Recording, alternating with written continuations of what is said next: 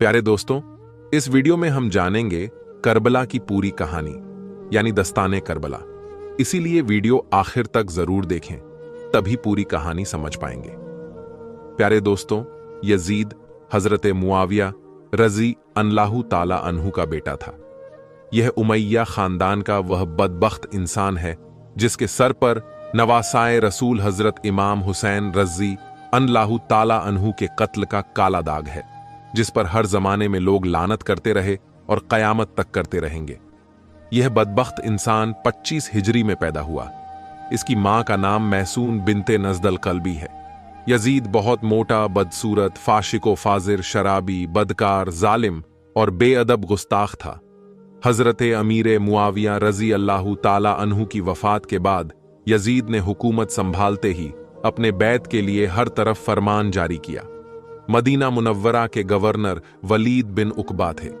Yazid ने उनको अपने बाप की वफात की खबर दी और लिखा कि हर खास और आम शख्स से मेरी बैत ले लो और हुसैन बिन अली, अब्दुल्लाह बिन जुबैर और अब्दुल्लाह बिन उमर रजी अल्लाहु ताला अन्हुम से पहले बैत लेना।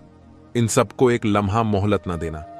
मदीना मुनव्वरा के लोगों को अभी तक हजरत अमीर माविया के इंतकाल की खबर न थी। यजीद के हुक्मनामे से वलीद बहुत घबराया, इसलिए कि इन हजरात से बैत लेना आसान नहीं था।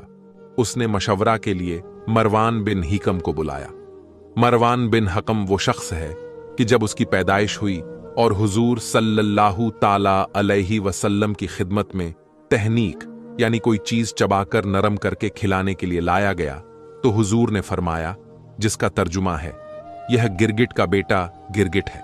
और बुखारी, नसाई और इब्ने अबी हातिम बयान करते हैं कि हजरत आयशा सिद्दीका रजी अल्लाहु ताला अन्हा ने फरमाया, जिसका तर्जुमा है, यानी रसूल अकरम सल्लल्लाहु ताला अलैहि वसल्लम ने मरवान के बाप हिकम पर लानत फरमाई। जबकि मरवान अभी पैदा भी नहीं हुआ था, तो वो भी लानत में शामिल हुआ।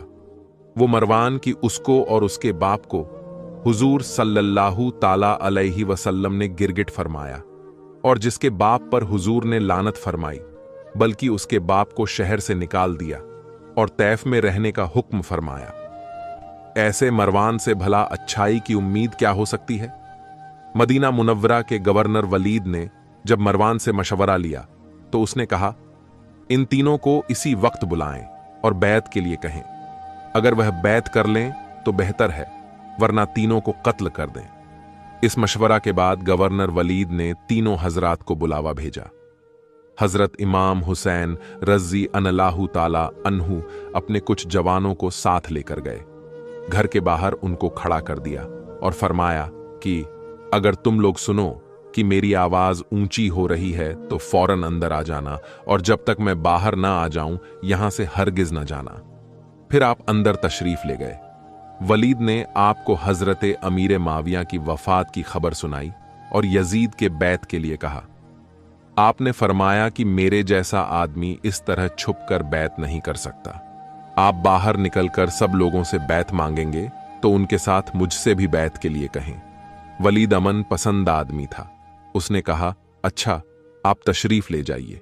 जब आप चलने लगे तो मरवान ने गुस्सा होकर वलीद से कहा कि अगर आपने इस वक्त इनको जाने दिया और बैत ना ली तो फिर इनको कंट्रोल ना कर पाएंगे। अगर यह बैत कर लें तो बेहतर है, वरना इनको कत्ल कर दो।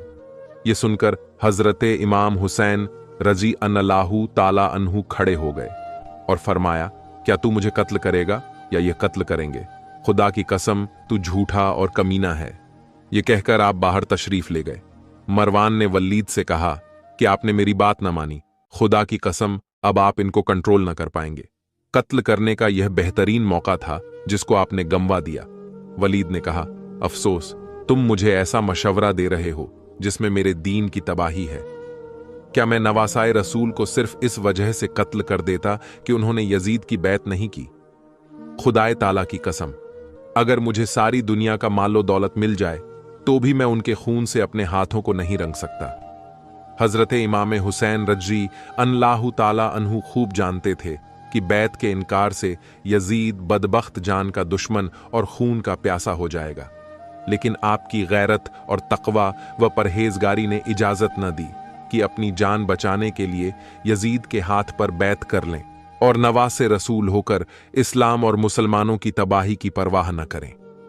अगर आप यजीद के बैत कर लेते तो वह आपकी बड़ी इज्जत करता और दुनिया की बेशुमार दौलत आपके कदमों में डाल देता, लेकिन आपके बैत कर लेने से यजीद की बदकारी जायज हो जाती और इस्लाम का कानून बिगड़ जाता और दीन में ऐसा फसाद पैदा होता कि जिसका दूर करना बाद में नामुमकिन हो जाता। बहरहाल आप यजीद की बैत के लिए तैयार न हुए। शाम के वक्त वलीद ने फिर इमाम हुसैन रजी अल्लाहु ताला अन्हु के पास आदमी भेजा। आपने फरमाया, इस वक्त तो मैं नहीं आ सकता, सुबह होने दीजिए, फिर देखेंगे क्या होता है। वलीद ने यह बात मान ली और आप उसी रात अपने पूरे परिवार के साथ मदीना मुनव्वरा से मक्का मस्जिद का सफर करने के लिए तैयार हो गए। मदीना मुनव्वरा वह शहर मुकद्दस है जो हुजूर पाक सल्लल्लाहु ताला अलैहि वसल्लम को सारे शहरों में सबसे ज्यादा प्यारा है।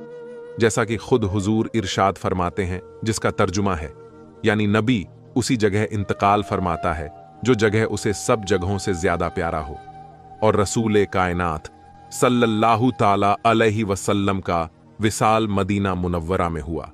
मालूम हुआ कि सारे शहरों में आपको सबसे ज्यादा प्यारा मदीना मुनव्वरा है, और जब हुजूर को वह सबसे ज्यादा प्यारा है तो हजरत इमाम हुसैन रजी अल्लाहु ताला अन्हु को भी वही शहर सबसे ज्यादा प्यारा है। मगर हालात ने इस प्यारे शहर को छोड़ने पर आपको मजबूर कर दिया। सफर की तैयारी पूरी हो गई और अहले बैते रिसालत का यह छोटा सा मुकद्दस काफिला शहर मदीना छूट जाने के गम में रोता हुआ घरों से निकल पड़ा, और हजरत इमाम हुसैन रजी अल्लाहु ताला अन्हु अपने नाना जान के रोज़ाए अनवर पर आखिरी सलाम अर्ज करने के लिए हाजिर हुए। इमाम अली मकाम जब अपने नाना जान के आस्ताने मुकद्दस पर आखिरी सलाम के लिए हाजिर हुए होंगे, उस वक्त आपकी कैफियत क्या हुई होगी? इसमें कोई शक नहीं कि आपकी आंखों से आंसुओं की बारिश हुई होगी और अर्ज किया होगा कि नाना जान, मैं आपका मुकद्दस शहर छोड़ के जा रहा हूं, वह शहर की जो मुझे सबसे ज्यादा अजीज और प्यारा है, इसलिए छोड़ रहा हूं कि मेरा यहां रहना मुश्किल हो गया है। मैं जा रहा हूं नाना जान, मुझे इजाजत दीजिए। और आपके नाना जान सैयद आलम सल्लल्लाहु ताला अलैहि वसल्लम, जिन्होंने अपनी गोद में आपकी परवरिश की थी, उस वक्त रोज़ाए अनवर में उनका क्या हाल हुआ होगा, इसका ख्याल अहले मोहब्बत के दिलों को टुकड़े टुकड़े कर देता है। आह, यह दिन कितने रंजोगम का दिन था कि इमाम हुसैन रजी अल्लाहु ताला अन्हु, जिनका सब कुछ मदीना में है, मगर आज वह मदीना से जा रहा है और हमेशा हमेशा के लिए जा रहा है।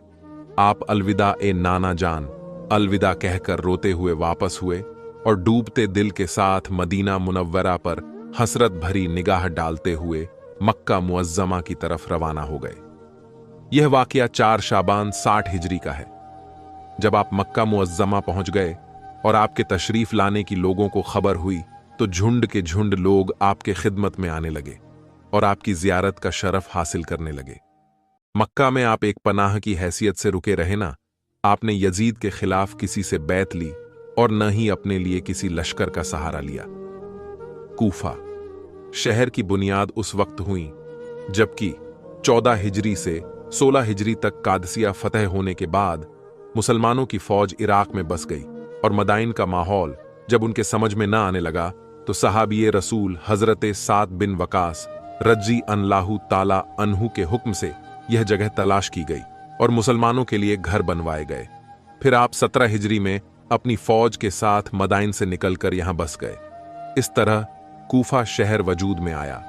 हजरत अली रजी अल्लाहु ताला अन्हो के जमाने ही से कूफा आपके चाहने वालों का ठिकाना था।